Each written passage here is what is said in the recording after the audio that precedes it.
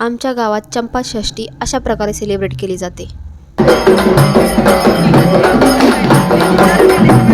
जसं की आज आहे चंपाषष्ठी, ज्याला गावाकडल्या भाषेमध्ये सट म्हणतात।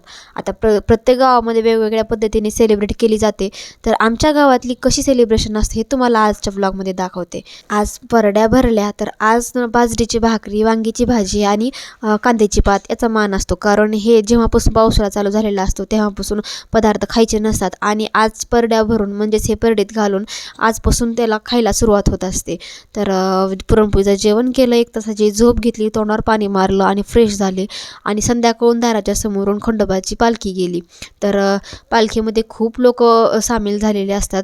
तेवढ्याच भक्तिभावाने, तेवढ्या श्रद्धेने सहभागी होतात, ड्युटी हातात घेतात। ड्युटी म्हणजे ह्या पालखीमध्ये जेवढे लोक आहेत ते पहिल्या काळात अंधारात चालत जायचे, त्याच्यामुळे हे ड्युटी म्हणजे एक प्रकारे प्रकाश त्यांना चालणाऱ्या लोकांना दिसण्यासाठी ही ड्युटी असायची। तर त्याच भावाने, त्या जुन्या परंपरेने आत्ताही लोक घेतात आणि पालखीमध्ये सामील होतात। ज्या लोकांना सामील होता येत नाही ते लोक आमच्यासारखे नुसतं बघायला जातात। तर आम्हीही त्याच लोकांमध्ये येतो। तर हे आमचं भूत बघा कसं भंडाऱ्यानं भरलं होतं।